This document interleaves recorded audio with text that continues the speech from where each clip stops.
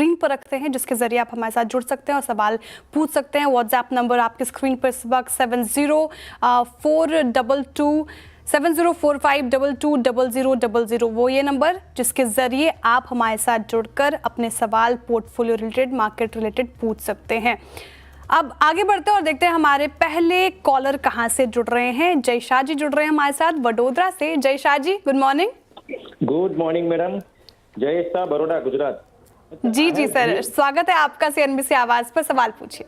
Madam, मेरे पास दो script related सवाल है। एक है जियो फाइनेंस, मेरे साथ 1500 शेयर है, 249।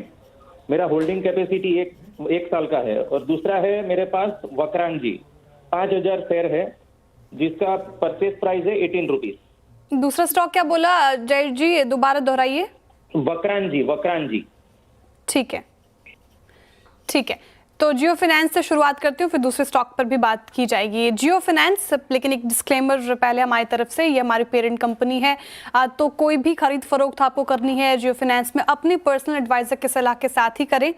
लेकिन क्योंकि हम आपके उलझनों को सुलझाने के लिए बैठे हैं, तो एक एक्सपर्ट एडवाइस में बनती है। 249 की खरीद है आपकी जियो फाइनेंस में, और अभी फिलहाल ये 230 के लेवल पर कारोबार कर रहे हैं। लगभग आप 19 रुपये प्रति शेयर के लॉस झेल रहे हैं। 1500 क्वांटिटी है आपके पास। एक महीने में जियो फाइनेंस ने तो शानदार रैली दिखाई है। लगभग आप देखें तो 15.25% का अच्छा पॉजिटिव रिटर्न दिया है।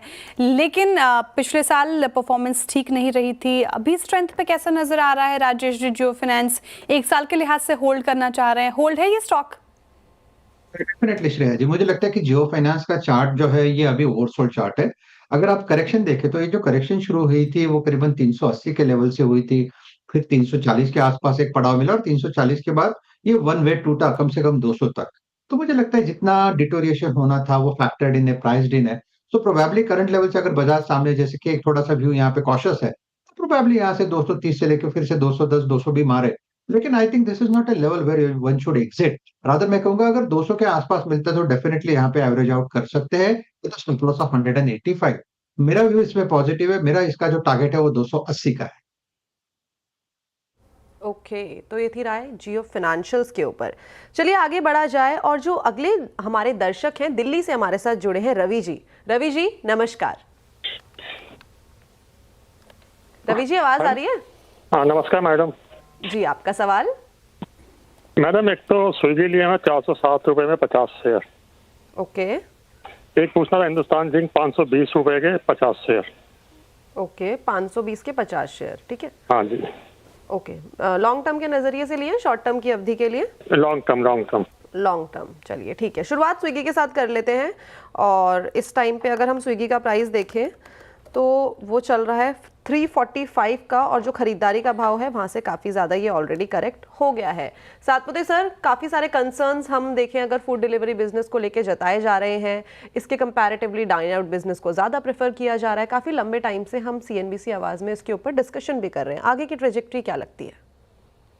देखिए स्विगी का भी चार्ट में वही चेक कर रहा था, ये करेक्शन कहाँ से शुरू हुआ। देखिए 600 के आसपास का इसका टॉप था, और ये जो 600 से करेक्शन हुआ वो कम से कम 300 तक हुआ। तो आप कह सकते हैं कि ये स्टॉक जो है ऑलरेडी भाव से आधा है। अगर आप चार्टिकली देखें तो 300 और 310 में यहाँ पे मल्टीपल बॉटम लगे हैं, कम से कम 3 से 4 बॉटम लगे हैं। तो मुझे लगता है जब तक ये 300 310 का लेवल वायलेट नहीं होता तब तक यहाँ पे बड़ी मंदी होगी नहीं। प्रोबेबली दिस इज एक्यूमुलेशन, और इस जो एक्यूमुलेशन है इसका टारगेट बनता है करीबन 400 से लेकर 410 तक का। तो एट दिस लेवल मैं डेफिनेटली कहूंगा आप होल्ड रखें। लेकिन स्टॉप लॉस जैसे मैंने कहा कि 300 का हम लोग जो सपोर्ट देख रहे हैं, तो आपका स्टॉप लॉस 290 का होगा पोजिशनली। और मुझे लगता है जैसे ही ये 400 450 के लेवल में चला जाए, एक बार के लिए आप कॉल करके फिर से एक व्यू ले लीजिए। लेकिन मुझे लगता है कि स्विगी में जितना करेक्शन था that seems over to me. Okay, तो ये बात हो गई स्विगी की। सातपुते सर, हिंदुस्तान जिंक के ऊपर इनका सवाल है। 520 की खरीद है, 50 शेयर्स इनके पोर्टफोलियो में है। 2 क्वार्टर 4 के अपडेट्स भी आ गए हैं हिंदुस्तान जिंक के, और नंबर हमें मिक्स देखने को मिला है। प्रोडक्शन की बात करी जाए तो 4% का अपसाइड देखने को मिला है। उसके साथ ही लेड प्रोडक्शन में भी 4% का अपसाइड है, 6% का अपसाइड है। लेकिन मेटल और जिंक प्रोडक्शन यहाँ पे हमें साल दर साल घटता हुआ दिखाई दिया है, 1% और 3% रिस्पेक्टिवली। आगे की ट्रेजेक्ट्री क्या लग रही है इस टाइम पे? देखिए हिंदुस्तान जिंक अगर आप डेली चार्ट देखो तो 440 से लेकर 450 ये इसका क्लस्टर ऑफ सपोर्ट है। इसका मतलब जब तक ये सपोर्ट बैंड टूटेगा नहीं तब तक यहाँ पे इमीडिएट मंदी होगी नहीं। वेराज 480 ये इसका सप्लाई पॉइंट है, तो आप कह सकते हैं कि 440 on the lower side, 480 on the higher side.